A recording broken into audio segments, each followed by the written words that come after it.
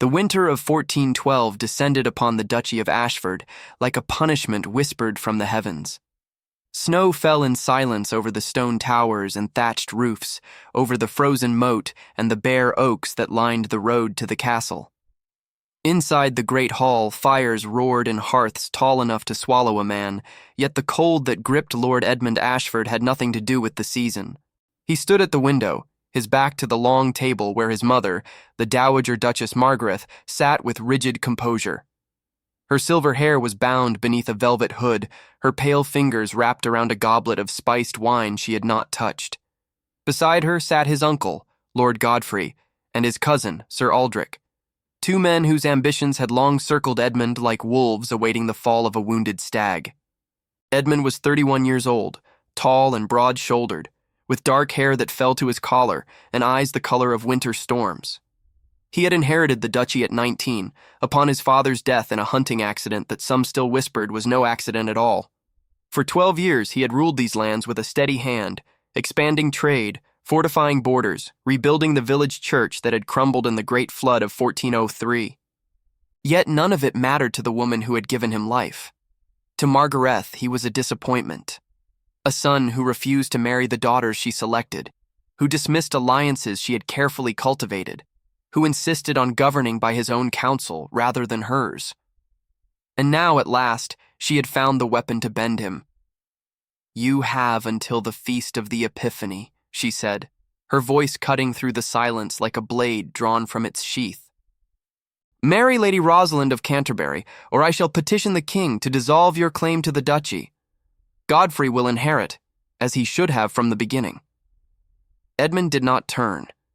His breath fogged the glass before him, obscuring the view of the courtyard below, where servants hurried through the snow carrying firewood and water. "You cannot dissolve a rightful inheritance," he said quietly. "The laws of succession are clear. Laws can be interpreted." Lord Godfrey's voice was smooth, oiled with false sympathy. "Especially when a duke has failed to produce an heir after 12 years of rule. The king grows impatient with Baron Dynasty's nephew. He has said as much to me personally." Edmund's jaw tightened. He knew his uncle's game, had known it since boyhood, when Godfrey had whispered poison into his mother's ear, turning her grief at her husband's death into resentment toward her only son. Godfrey wanted the duchy. He had always wanted it. And Margaret, blind with bitterness, had become his instrument. "Lady Rosalind is a child," Edmund said, finally turning to face them. "She is 15 years old. I will not take a girl barely out of the nursery as my wife simply to satisfy your political machinations." "She is of noble blood and fertile age," Margaret replied coldly. "That is all that matters. Love is a peasant's fantasy. Duty is what sustains great houses." Something shifted in Edmund's chest. A crack in the wall he had built around his heart, a surge of anger so profound it momentarily stole his breath.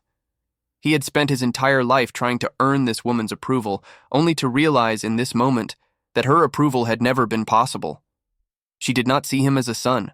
She saw him as a tool, a means to an end, and when the tool refused to function as designed, it was discarded.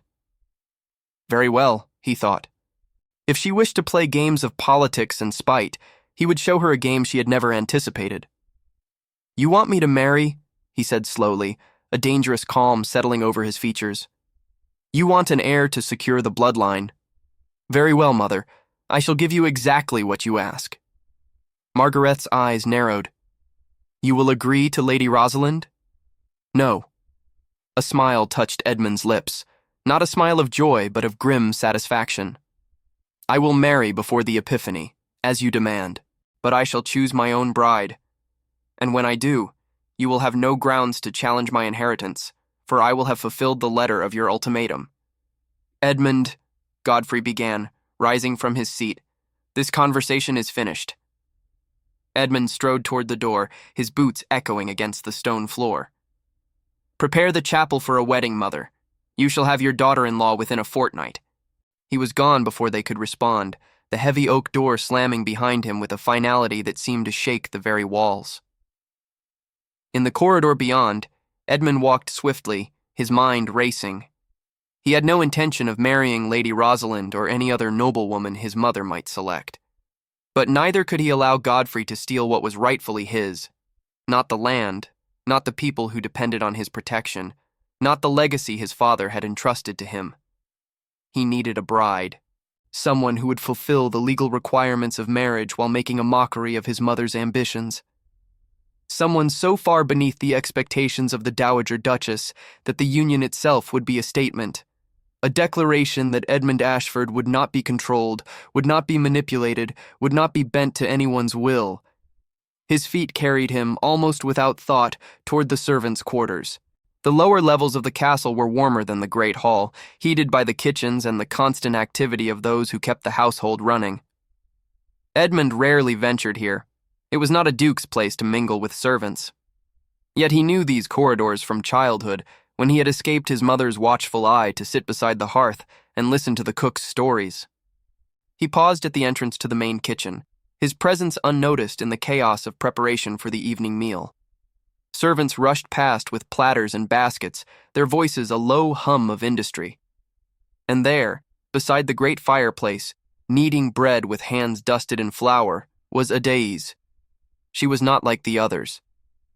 Edmund had noticed her the moment she arrived at the castle 3 years ago, brought by a merchant who traded in spices and silks from distant lands. Her skin was dark as polished ebony, her eyes large and luminous, carrying depths that spoke of sorrow and strength in equal measure.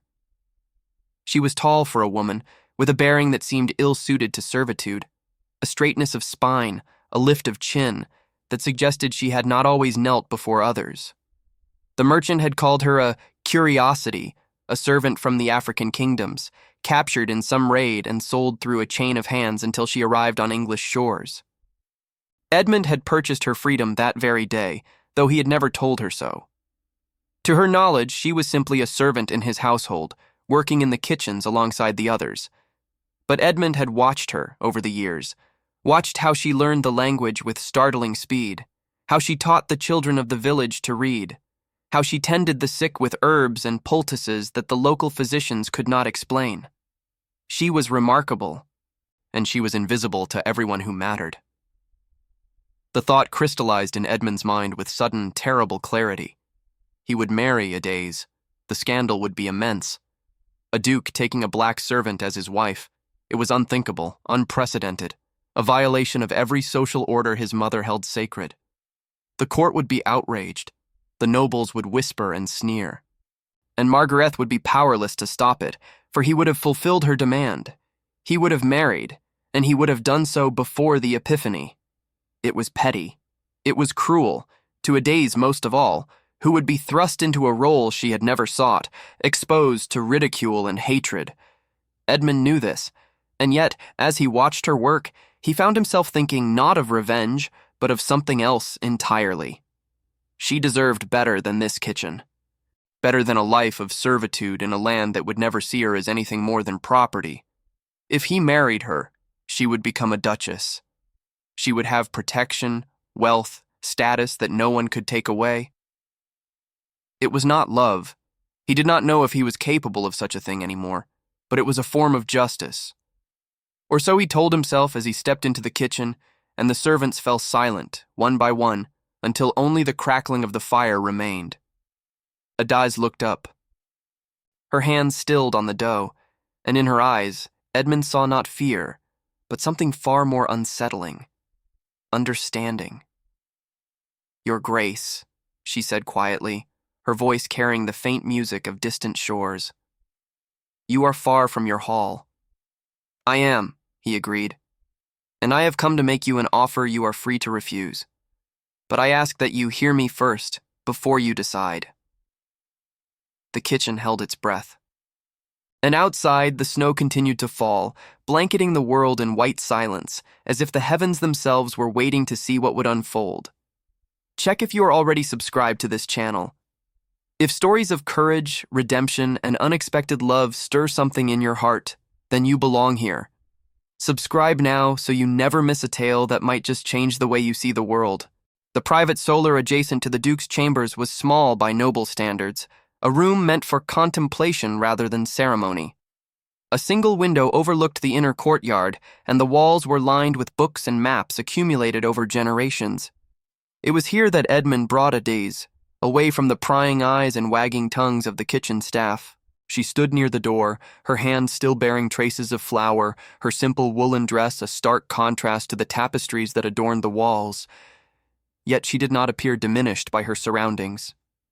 If anything, she seemed to study them with the quiet assessment of someone cataloging unfamiliar territory, not with envy, but with curiosity. Edmund gestured to a chair near the fire. "Please, sit." "I prefer to stand, Your Grace." Her voice was calm, unhurried. "If you mean to dismiss me from service, I would hear the reason plainly." "Dismiss you?" Edmund frowned. "No, I told you, I have an offer. Though I confess I do not know how to speak it without sounding like a madman." Something flickered in her dark eyes, amusement perhaps, or wariness. "Then speak plainly, my lord. Madness is often clearer than diplomacy." He almost smiled. Almost. Instead, he moved to the window, gazing out at the snow-covered stones below. When he spoke, his voice was low, as if confessing to the winter itself rather than to the woman behind him. "My mother has given me an ultimatum.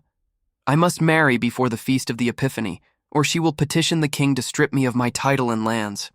She has allies at court, powerful ones, and my uncle waits in the shadows, eager to claim what has never been his." "And you wish to defy her," Adèle said. It was not a question. "I wish to survive." Edmund turned to face her.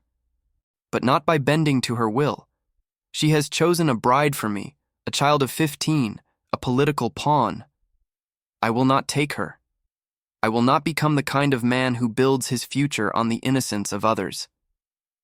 "Yet you would marry a servant instead?" Now there was an edge to her voice, a sharpness that cut through the careful neutrality. "Forgive me, Your Grace, but I fail to see how that makes you noble." The words struck like a physical blow. Edmund felt the blood rise to his face, not with anger but with shame. She was right. Of course she was right. In his fury at his mother, he had reduced Adèle to a weapon, a tool for his own rebellion. He had done exactly what he accused Margaret of doing to Lady Rosalind. "You are correct," he said quietly. "What I propose is monstrous. I came here thinking only of spite, of how best to wound my mother by defying her expectations. I did not think of you as a person with your own will, your own dignity. For that, I ask your forgiveness." Adèle studied him for a long moment, her expression unreadable. Then slowly, she moved to the chair he had offered and sat, her hands folded in her lap. "You are not the first man to see me as a means to an end," she said. "When I was taken from my homeland, I was 15 years old, the same age as your Lady Rosalind. I was the daughter of a chief, raised to lead, to negotiate, to govern, and then, in a single night, I was made into property. For 8 years, I have been passed from hand to hand, learning your language, your customs, your cruelties. I have survived because I understood that to these people, I am not human. I am a curiosity, as the merchant called me, a thing to be bought and sold." She paused, and when she looked at Edmund again, there was fire in her gaze, a quiet, controlled blaze that had never been extinguished. "But you, my lord, are the first to admit your own failing, the first to speak to me as though my thoughts mattered. And so I will hear your offer, not because I trust you, but because I have learned that opportunity wears many disguises, and only a fool refuses to examine them." Edmund released a breath he had not realized he was holding. He crossed the room and knelt before her chair, a posture so startling that Adèle drew back slightly, her eyes widening. "What I propose," he said, "is this: a marriage in name, for the purposes of satisfying my mother's ultimatum and securing my inheritance. In return, you would become Duchess of Ashford, legally, irrevocably. You would have wealth, protection, and a position that no one could take from you. When the political storm has passed, if you wish to leave, I will grant you an estate of your own, an income sufficient for a lifetime of comfort, and the freedom to live as you choose. No chains, no obligations, only opportunity. And if I refuse? Then you return to the kitchen and we never speak of this again. I will find another way to thwart my mother, or I will lose everything. Either way, the choice is yours. I will not compel you. Adiz was silent for a long while.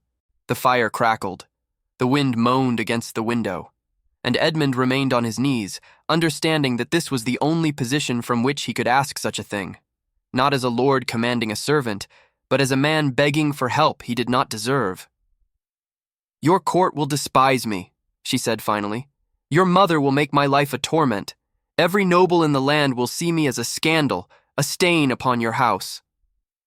"Yes," Edmund admitted, "they will. And you believe I can endure this? That I am strong enough to survive the hatred of an entire kingdom?" He met her gaze steadily.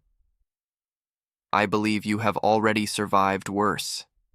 I believe you are stronger than anyone in that great hall suspects. And I believe, though I have no right to say it, that you deserve to be seen. Not as a servant, not as a curiosity, but as the remarkable woman you are." Something shifted in Adaisy's expression. A softening, perhaps, or merely a recalculation. She looked at the fire, then at the books lining the walls, then at the snow falling beyond the window. "In my homeland," she said quietly, "there is a saying. The tree that bends in the storm survives to see the sun. I have bent many times, my lord. Perhaps it is time to see if I can also stand." She rose, and Edmund rose with her. They stood facing each other, two strangers bound by circumstance and desperation, each carrying wounds the other could only imagine. "I will marry you," Adaisy said. "Not for your politics or your revenge, but because you knelt, because you asked, and because for the first time in 8 years, someone has offered me a door instead of a cage." She extended her hand, not as a lady to a lord, but as an equal sealing a bargain. Edmund took it. Her grip was firm, her skin warm despite the winter chill. "Then it is done," he said. "We marry in 3 days' time, and may God have mercy on us both." Word spread through the castle like fire through dry timber. By dawn of the following day, every servant, guard, and stable hand knew that the Duke of Ashford intended to marry a black kitchen maid. By noon, the news had reached the village, carried on the lips of millers and farmers who had come to deliver grain. By evening, riders had been dispatched to neighboring estates, and the Dowager Duchess Margaret had taken to her chambers with a physician, claiming her heart could not withstand the shock. Lord Godfrey, however, was not so easily felled. He found Edmund in the armory, inspecting the swords that hung along the walls, blades that had been carried by Ashfords for generations, each one bearing the weight of history and blood. "You have lost your mind," Godfrey said without preamble, slamming the door behind him. "This is not defiance, nephew. This is self-destruction." Edmund did not turn from the sword he was examining, a long sword with a pommel carved in the shape of a falcon, his father's personal weapon. "I wondered when you would come. I expected sooner, in truth. I was gathering information." Godfrey's voice was tight with controlled fury. "Do you know what they are saying in the villages, in the monasteries? They say the Duke of Ashford has been bewitched, that the African woman has cast a spell upon you, some dark magic from her heathen lands. There are already calls for her to be examined for signs of the devil." "Then they are fools." Edmund turned at last, his eyes cold. "And so are you, if you believe I can be swayed by the superstitions of peasants." "I believe nothing of the sort." Godfrey stepped closer, his face flushed with agitation.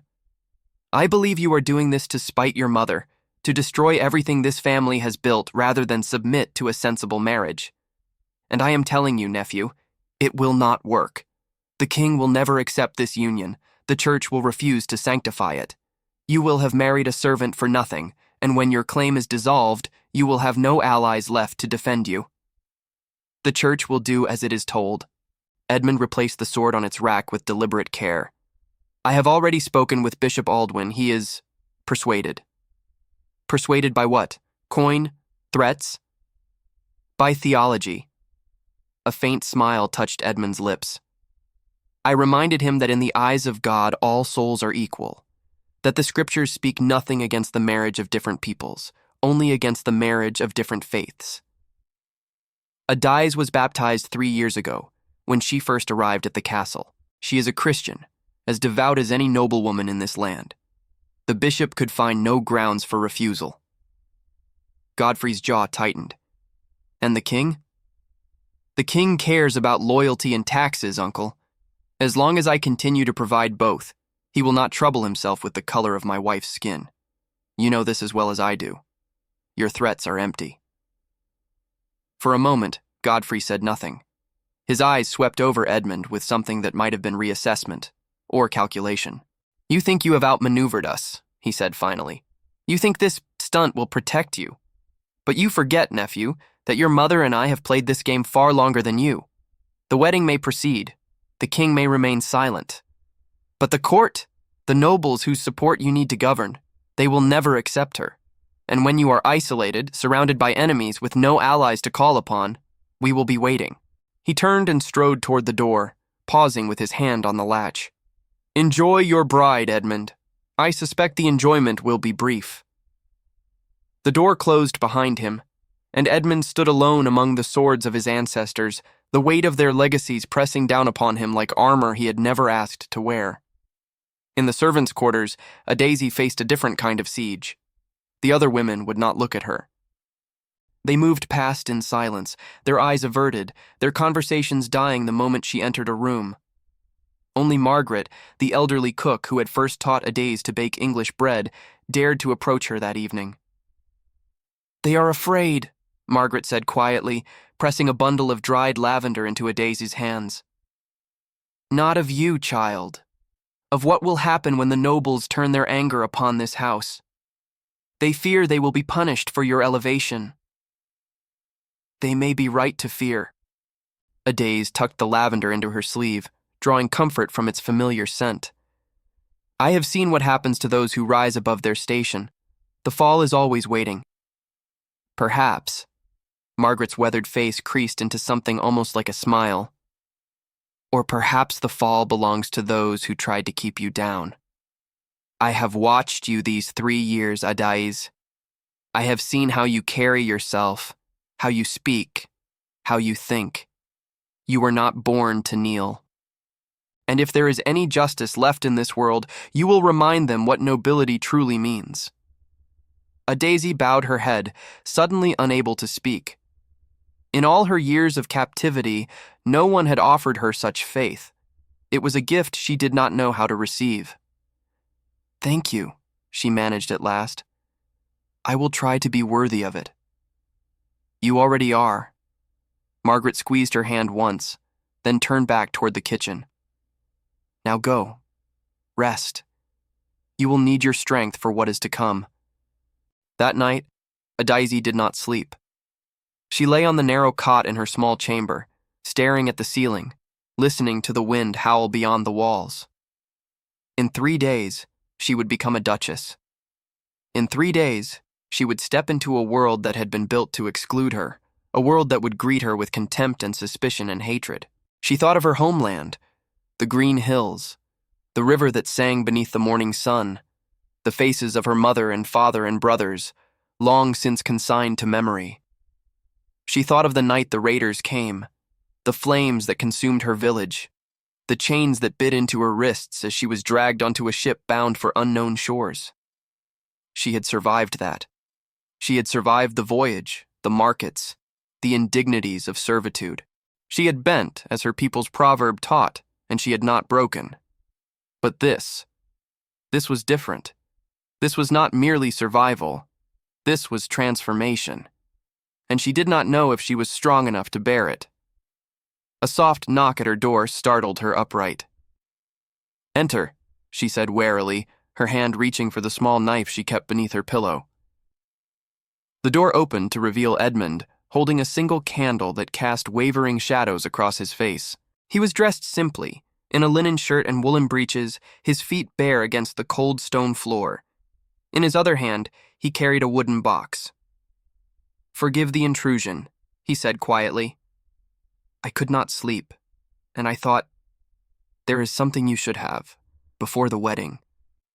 Adaz relaxed her grip on the knife but did not release it entirely. What is it? Edmund crossed the threshold and set the box upon the small table beside her cot. When he opened it, the candlelight caught the gleam of gold and precious stones, a necklace of exquisite craftsmanship, set with deep blue sapphires that seemed to hold the night sky within their depths. This belonged to my grandmother, he said, the first Duchess of Ashford. She was not born to nobility. She was the daughter of a merchant, and the court despised her for it. But she wore this necklace on her wedding day and every day thereafter, as a reminder that worth is not measured by birth. Adazi stared at the jewels, her breath catching in her throat. You would give this to me? It is yours by right. Edmund's voice was steady, but something in his eyes, a vulnerability she had not expected, suggested the gesture cost him more than he admitted. You will be Duchess of Ashford. These jewels belong to the Duchess of Ashford. And perhaps they will remind you, as they reminded her, that you belong here as much as anyone. Slowly, Adaz reached out and touched the sapphires. They were cold beneath her fingertips, smooth and ancient, and impossibly real. I do not know how to be a duchess, she admitted. I do not know your dances, your courtesies, your games of politics. I will make mistakes. I will embarrass you before your peers. Then we will make mistakes together. Edmund closed the box and stepped back, giving her space. I do not expect perfection, Adaz. I do not even expect gratitude. I only ask that you be yourself, that you show them the woman I have glimpsed in the kitchens, the woman who teaches children to read and heals the sick with herbs no one else understands. Show them that, and let them judge for themselves what nobility truly means. He moved toward the door, then paused. Sleep well, he said. The days ahead will be difficult, but I must believe, that they will also be worth it. And then he was gone, the candlelight retreating with him, leaving Adaz alone in the darkness with a box of sapphires and a heart full of questions she could not answer. If this story has touched your heart, leave a comment below saying, True nobility is not born, it is chosen. Let me know you are here, that you are listening, that these words have found their way to your soul. The chapel of Ashford Castle had stood for 200 years, its stone walls bearing the weight of countless baptisms, weddings, and funerals. Stained glass windows depicted saints and angels, their colors muted by the gray winter light that filtered through the snow-heavy sky. Candles burned in every sconce and alcove, their flames dancing in the drafts that crept through the ancient doorways. The pews were half empty. Edmund had expected this. He had sent invitations to every noble family within a week's ride, knowing that most would refuse. Lord Godfrey and the Dowager Duchess were conspicuously absent, having retreated to the manor house in the village under the pretense of illness. Only a handful of minor lords had accepted, men who owed Edmund debts they could not repay, or who harbored their own grudges against the established order. But the servants had come. They filled the back rows of the chapel, their faces a mixture of curiosity and fear, their eyes fixed upon the altar where Edmund stood in his finest doublet, waiting for his bride. Bishop Aldwin, a portly man with a nervous disposition, shuffled through his prayer book, occasionally glancing toward the door as if expecting an interruption. The altar boys fidgeted with their robes. The winter wind moaned against the windows like a living thing. And then, the doors opened. Adaz appeared in the archway, framed by the pale light of the December morning. She wore a gown of deep blue velvet, the same blue as the sapphires at her throat, with sleeves trimmed in white ermine and a train that swept behind her across the stone floor. Her dark hair was braided with gold thread and pearls, coiled atop her head like a crown, and her face, when Edmund saw it, was utterly composed, a mask of dignity that revealed nothing of the storm that must surely rage within. She walked alone. There was no father to give her away, no family to witness her transformation. She walked as she had always walked through her life of bondage, alone, unbowed, bearing the weight of her circumstances with a grace that Edmund suddenly understood he would never fully comprehend. The congregation held its breath as she passed. Edmund saw some of the servants bow their heads in respect. Others stared in open wonder. The nobles in the front rows exchanged glances that ranged from disapproval to reluctant admiration. Adès reached the altar and turned to face Edmund. For a moment, neither of them spoke. The candles flickered. The incense rose in fragrant spirals toward the vaulted ceiling. And in the silence, Edmund saw something in her eyes that he had not expected. Not fear, not resignation, but a quiet, fierce resolve. She was not a victim being led to sacrifice. She was a warrior walking onto a battlefield of her own choosing. "My lady," Edmund said softly, extending his hand. "My lord," she replied, placing her fingers in his. The ceremony began. Bishop Aldwin's voice echoed through the chapel, intoning the ancient words that had bound couples together for centuries. Edmund repeated his vows with a solemnity that surprised even himself. Adès spoke hers in a clear, unwavering voice that carried to the farthest corners of the nave. When the bishop asked if any present knew of any impediment to the union, the silence stretched long and heavy, but no one spoke. And when at last the rings were exchanged and the final blessing pronounced, Edmund lifted Adès's hand to his lips and kissed it, sealing the bargain they had made in the quiet of his solar. "It is done," he murmured. "It is begun," she corrected, and something like a smile touched the corners of her mouth. The feast that followed was modest by noble standards, a necessity given the number of guests who had declined to attend. But the great hall had been transformed with evergreen boughs and candles, and the tables groaned with roasted meats and winter vegetables, spiced wines and sweet cakes. Edmund sat at the high table with Adès at his side, watching as 3+3 a história. Ata grande vamos começar a finalizar sem fazer isso bruscamente. Continua a história em inglês normalmente, 00.03. Orchestrated narrative conclusion, while preserving literary flow and engagement. The user wants me to continue the story in English and start wrapping it up naturally without being abrupt. They want me to continue from where I left off and begin moving toward the conclusion. Let me continue the narrative, bringing it to a satisfying ending while maintaining the literary style and including the required CTAs at the end. Continuando a história e caminhando para o final de forma natural. Edmund sat at the high table with Adès at his side, watching as the servants who had once worked beside her now served her with trembling hands and uncertain smiles. It was a strange reversal, one that seemed to unsettle everyone present, including the new Duchess herself. "They do not know how to look at me," Adès said quietly, lifting her goblet but not drinking. "Yesterday I was one of them. Today I am something else entirely." "Today you are my wife," Edmund replied. "And in time they will learn to see you as I do."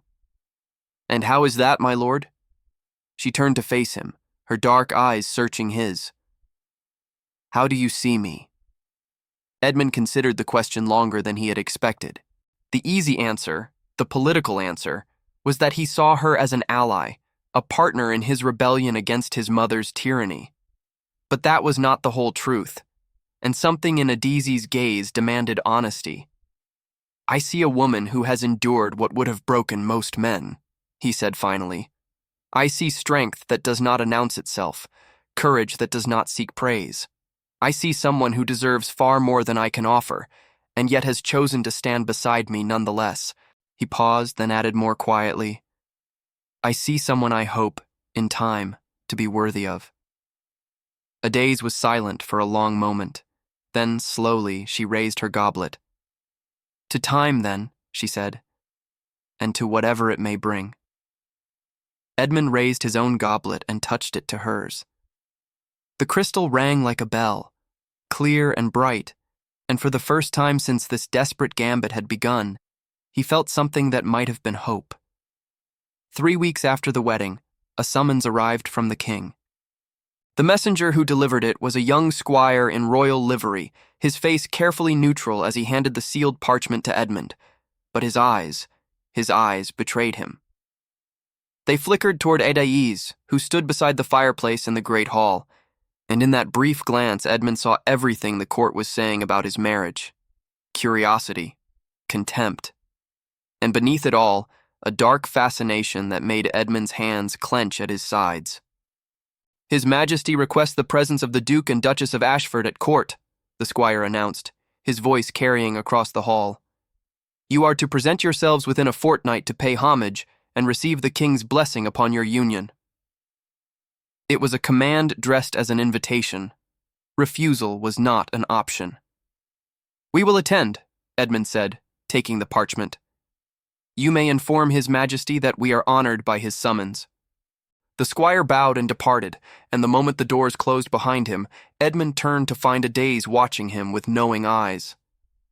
"This is the test," she said. It was not a question. "Yes." Edmund crossed to her side, lowering his voice though they were alone. "My mother and uncle have been at court for the past week. Whatever poison they have poured into the king's ear, we will face it there. If we fail to win his approval, then your inheritance is lost, and I become a scandal to be discarded."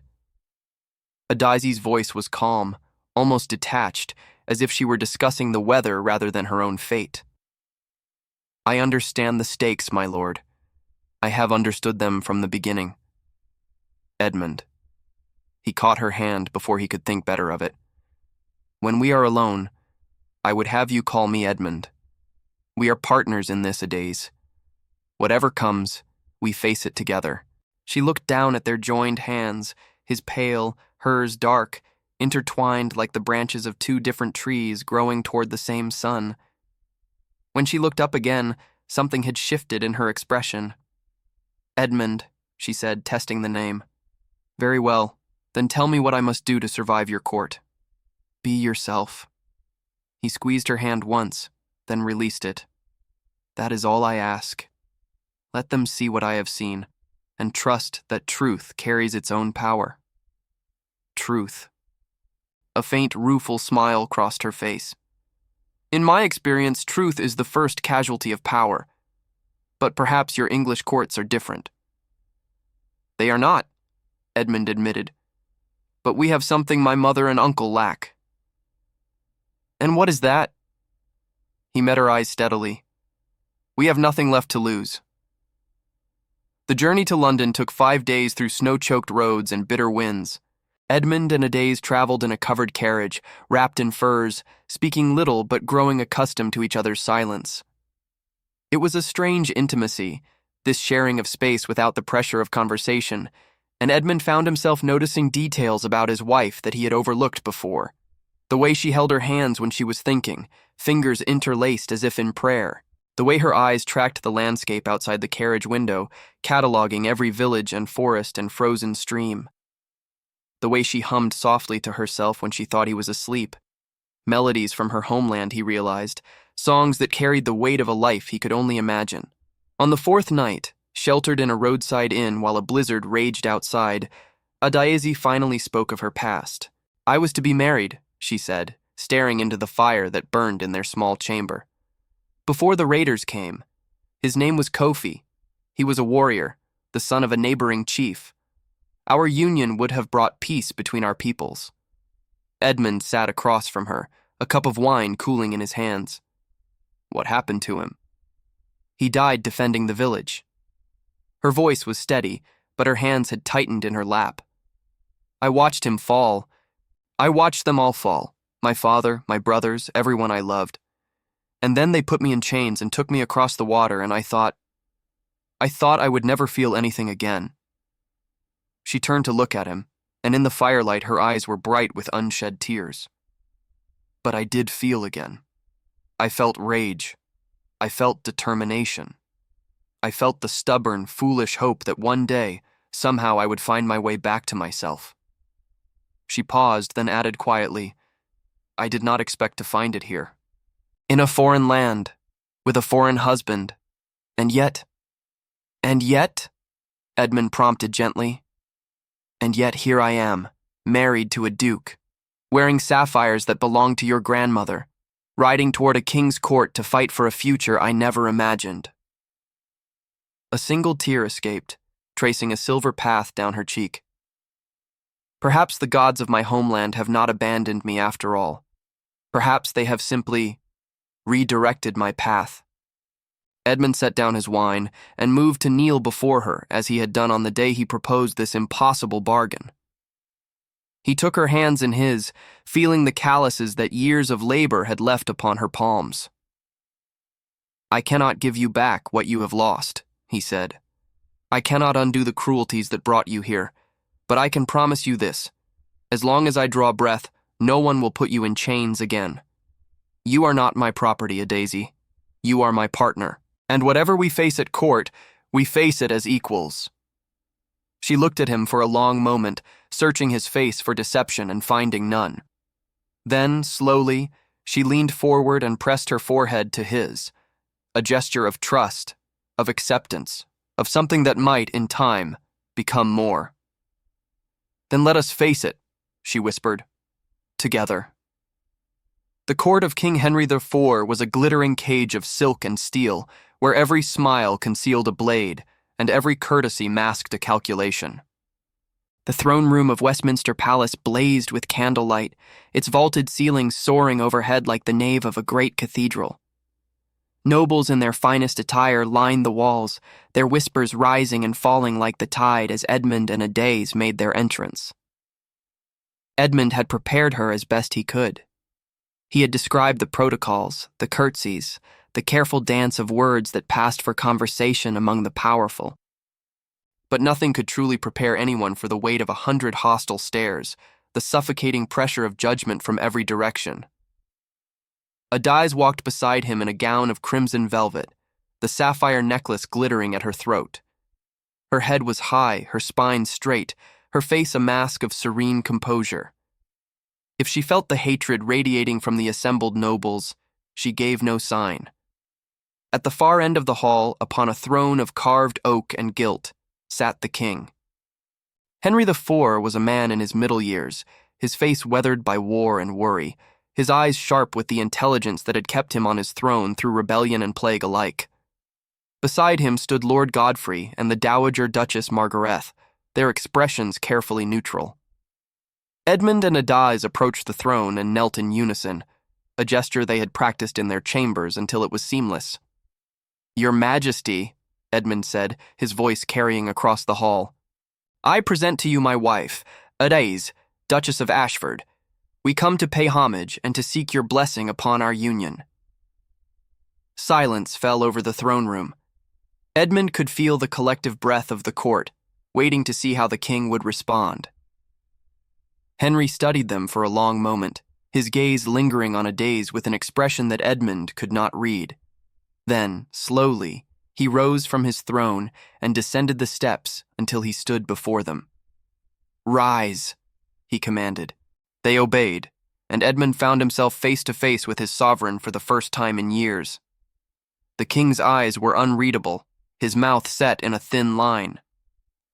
"I have heard much about this marriage," Henry said, his voice low enough that only Edmund and Adaise could hear. "Your mother claims it is an act of madness. Your uncle calls it an insult to your lineage. Half my court believes you have been bewitched by African sorcery." A pause. "What say you, Duke of Ashford?" Edmund's heart pounded in his chest, but his voice remained steady. "I say, Your Majesty, that I have married a woman of courage and dignity, whose worth exceeds that of any noblewoman in this hall. I say that I have fulfilled the terms of my inheritance as the law requires, and I say that any man who questions my wife's honor questions my own." A murmur rippled through the court. Edmund saw Godfrey's face tighten with barely concealed fury, saw his mother's pale hands clench upon her skirts, but the king's attention had shifted. He was looking at Adaise now, his sharp eyes assessing her with the same calculation he might apply to a foreign ambassador or a potential ally. "You," he said, "Duchess, speak. Tell me why I should bless this union." The hall fell utterly silent. Every noble, every servant, every guard seemed to hold their breath, waiting for the African woman to fail, to stumble, to prove herself unworthy of the title she had claimed. Adaise met the king's gaze without flinching, Your Majesty, she said, her voice clear and strong, I will not speak of my worth. Worth is not proven by words, but by deeds, and I have not yet had the opportunity to show what I am capable of. But I will tell you this. I was born a chief's daughter, raised to lead my people with wisdom and justice. I was taken from my homeland, stripped of my name and my freedom, and told that I was nothing. For 8 years I believed it. And then your Duke of Ashford looked at me and saw something more. She paused, and when she continued, her voice carried the quiet authority of someone who has walked through fire and emerged unburned. He did not see my skin or my station. He saw my spirit. And he offered me not charity, but partnership, not pity, but respect. In my homeland we have a saying, a true chief is not the one who commands, but the one who serves. By that measure, Your Majesty, Edmund Ashford is the truest noble I have ever known.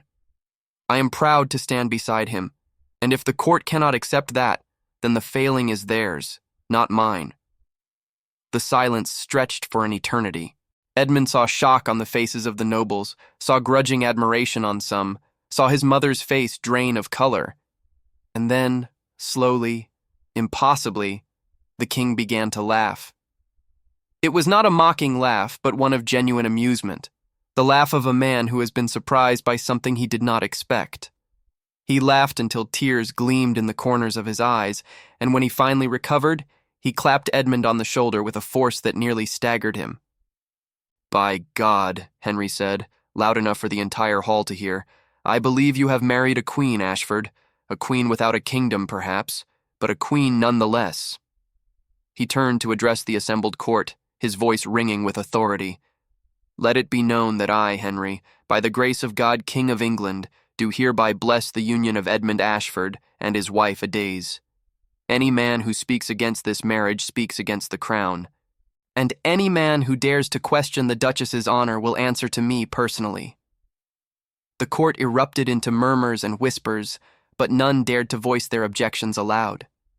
Edmund saw Godfrey's face twist with fury before he mastered himself, saw his mother sway as if she might faint, and beside him, Adaze stood tall, the sapphires at her throat catching the candlelight like captured stars, her eyes bright with triumph and unshed tears. She had done it.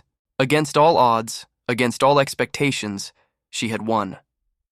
The journey back to Ashford was different from the journey to London. Where before they had traveled in cautious silence, now they spoke freely, of the court, of the king's surprising favor, of the challenges that still lay ahead. Lord Godfrey and the Dowager Duchess had remained in London, nursing their defeat and plotting their next move. But for now, for this brief moment, Edmund and Adaze were free. On the second night, as they sheltered in the same roadside inn where Adaze had first spoken of her past, Edmund made a decision that had been forming in his heart since the throne room. I want this to be real, he said, breaking the comfortable silence that had settled between them. Adaze looked up from the book she had been reading, one of Edmund's own, borrowed from his traveling case. What do you mean? Our marriage. Edmund moved to sit beside her, close enough that their shoulders nearly touched. When I proposed this bargain, I thought only of survival, of defeating my mother's schemes and securing my inheritance. I did not consider what it might become, what we might become. He took her hand gently, giving her the chance to pull away if she wished. She did not. I have watched you these past weeks, he continued. I have seen your courage, your wisdom, your grace under pressure that would have broken lesser souls, and I have realized that I do not want a marriage of convenience. I want a partnership, a true partnership, built on respect and whatever else may grow between us, if we allow it. Adaze was quiet for a long moment, her dark eyes searching his face. In my culture, she said finally, marriage is not merely a contract between two people. It is a joining of spirits, a promise to walk the same path through all the seasons of life. I did not expect to find such a thing here, in this cold land, with a man I barely knew. She turned her hand in his, interlacing their fingers. But I am learning that expectations are often the enemy of truth, and the truth is that you have shown me more kindness, more respect, more honor in these few weeks than I have received in 8 years of captivity. You asked me to be myself, and you did not flinch from what you found. That is a rare gift, Edmund. Rarer than sapphires or titles or the favor of kings. She lifted their joined hands and pressed them to her heart. So yes, she said, let it be real. Let us build something true from this desperate beginning. Let us prove to the world and to ourselves that nobility is not a matter of blood, but of choice. Edmund felt something unlock in his chest. A door he had not known was closed, swinging open to let in light. He raised his other hand to her face, cupping her cheek with a tenderness he had not known he possessed. Then I choose you, he said. Not as a strategy, not as a rebellion, but as my partner, my equal, my duchess, from this day until my last. And there, in the firelight of a roadside inn, with the snow falling softly outside the window, they sealed their vows with a kiss. Not the formal kiss of a wedding ceremony, but something deeper and truer, the first promise of a love that would grow to shake the very foundations of the world they knew. The winter passed, as all winters do, and with the melting of the snow came transformation. Ashford Castle, once a place of cold silence and simmering resentment, began to thaw. The servants who had initially regarded Adiz with suspicion and fear slowly came to know her as she truly was, not as a scandal or a curiosity, but as a woman of remarkable intelligence and compassion. She reorganized the household with an efficiency that astonished the steward, introducing methods of accounting and resource management that she had learned in her father's court. She established a school in the village for children who had never learned to read, teaching them herself when no other teacher could be found. She worked alongside the castle physician to improve the health of the tenants, sharing remedies from her homeland that proved astonishingly effective against the ailments of the English winter. And she loved Edmund. Quietly, fiercely, completely. A love that grew from respect and partnership into something neither of them had expected to find. By the time the first flowers of spring pushed through the softening earth, the people of Ashford had begun to speak of their duchess, not with contempt, but with admiration. She was still an outsider, still different, still the subject of whispers and stares when she walked through the village market. But the whispers had changed. She saved my son from the fever, one mother was heard to say. The physician had given up, but she sat with him through the night and brought him back from death's door. She taught my daughter to read, said a farmer, shaking his head in wonder. A girl reading. Who would have imagined such a thing? She is strange, admitted the village priest, but she prays with devotion and gives generously to the poor. Perhaps God works in ways we do not understand. Edmund watched these changes with a swelling of pride that he could not quite contain. He had married Adiz to defy his mother, to secure his inheritance, to make a statement against the tyranny of expectation. He had not anticipated falling in love with her. He had not anticipated that she would transform not only his household, but his heart. One evening in late April, as they walked together through the castle gardens where the first roses were beginning to bloom, Adiz stopped beneath an arbor heavy with white blossoms and turned to face him. I have something to tell you, she said, and there was a light in her eyes that Edmund had never seen before, a joy so profound it seemed to illuminate her from within. What is it? He took her hands, suddenly anxious. Are you well? Has something happened? Something has happened. She placed his hand upon her belly, flat still beneath the fabric of her gown, but warm with promise. Something wonderful. Edmund stared at her, uncomprehending for a moment, and then understanding dawned, and with it a rush of emotion so powerful that it stole his breath. You mean, yes. Adiz smiled, and it was like the sun breaking through clouds after a long storm. By autumn, God willing, you will be a father, and I will give you the heir your mother demanded, though not, I think, the one she imagined. Edmund laughed, a sound of pure, unrestrained joy that echoed through the garden and startled the birds from the trees. He swept Adiz into his arms and spun her around, heedless of propriety, heedless of anyone who might be watching. A child, he breathed, setting her down and pressing his forehead to hers. Our child. Our child, she agreed. A child of two worlds. A child who will carry the best of both. They stood there beneath the white blossoms, wrapped in each other's arms, as the spring breeze carried the scent of roses and new beginnings across the land they would now, together, call home. 5 years later, Ashford had changed beyond recognition. The village had grown prosperous, its people healthy and educated, its children learning to read in the school that Adiz had founded.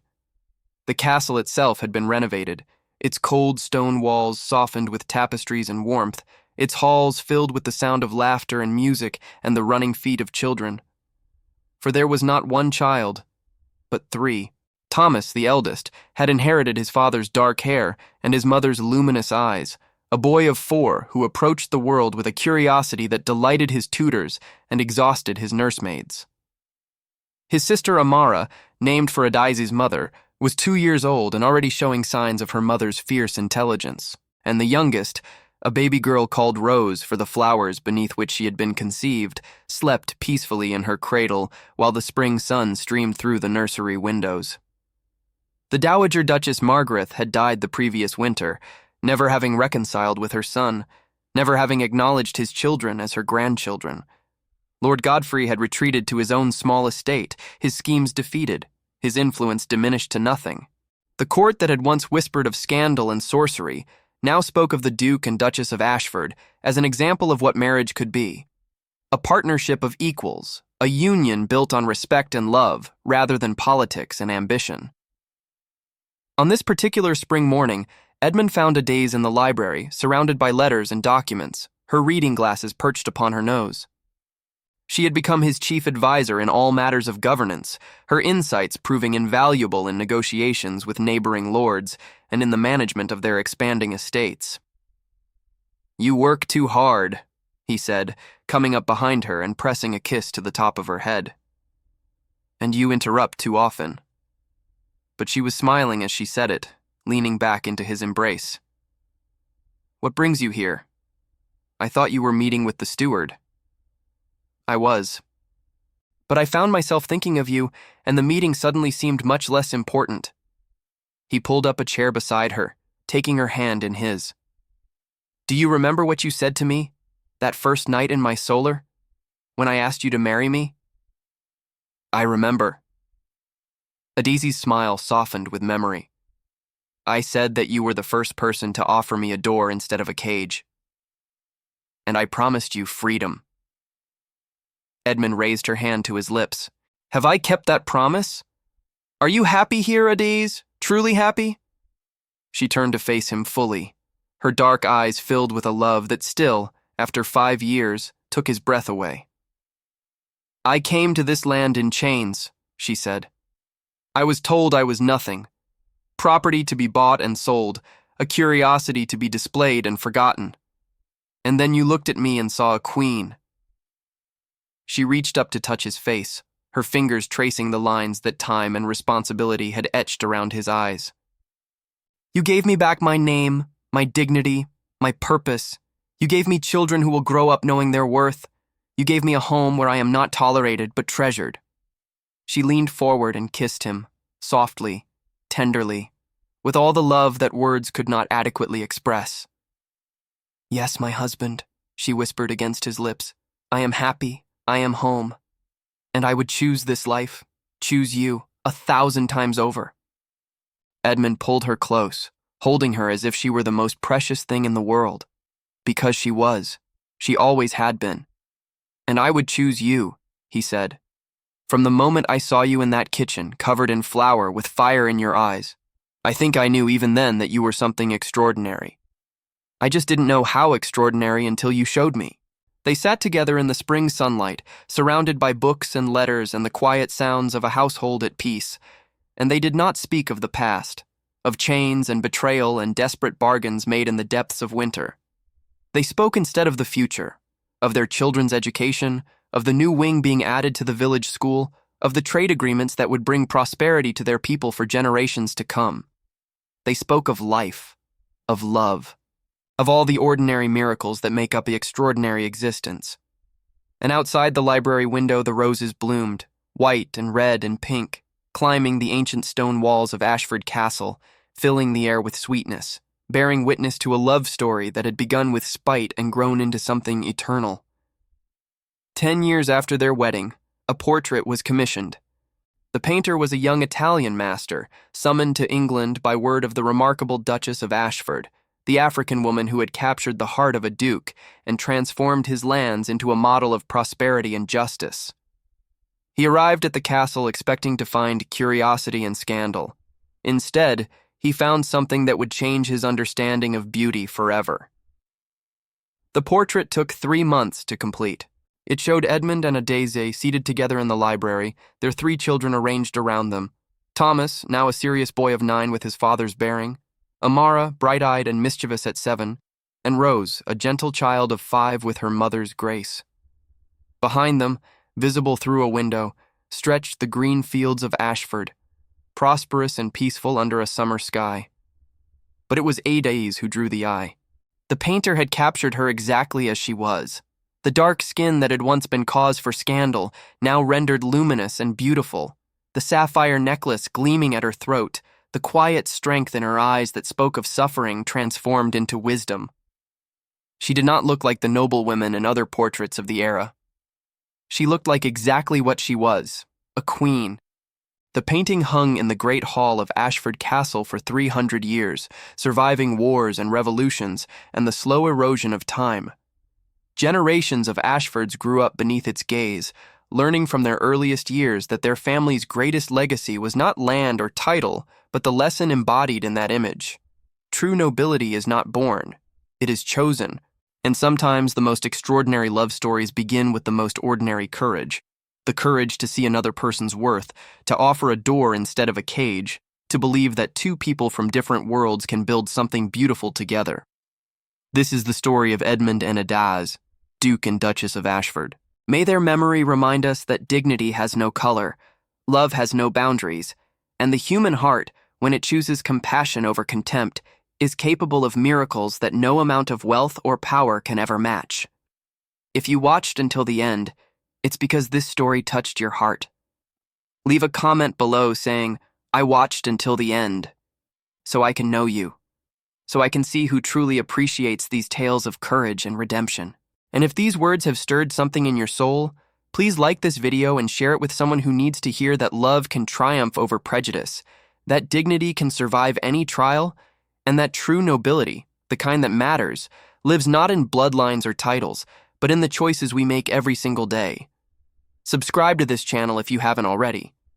Here, we believe in stories that heal, that inspire, that remind us of the best we can be. Join our community of souls who still believe in beauty told slowly. Until next time, carry this story with you. And remember, you too deserve a door, not a cage. You too deserve to be seen.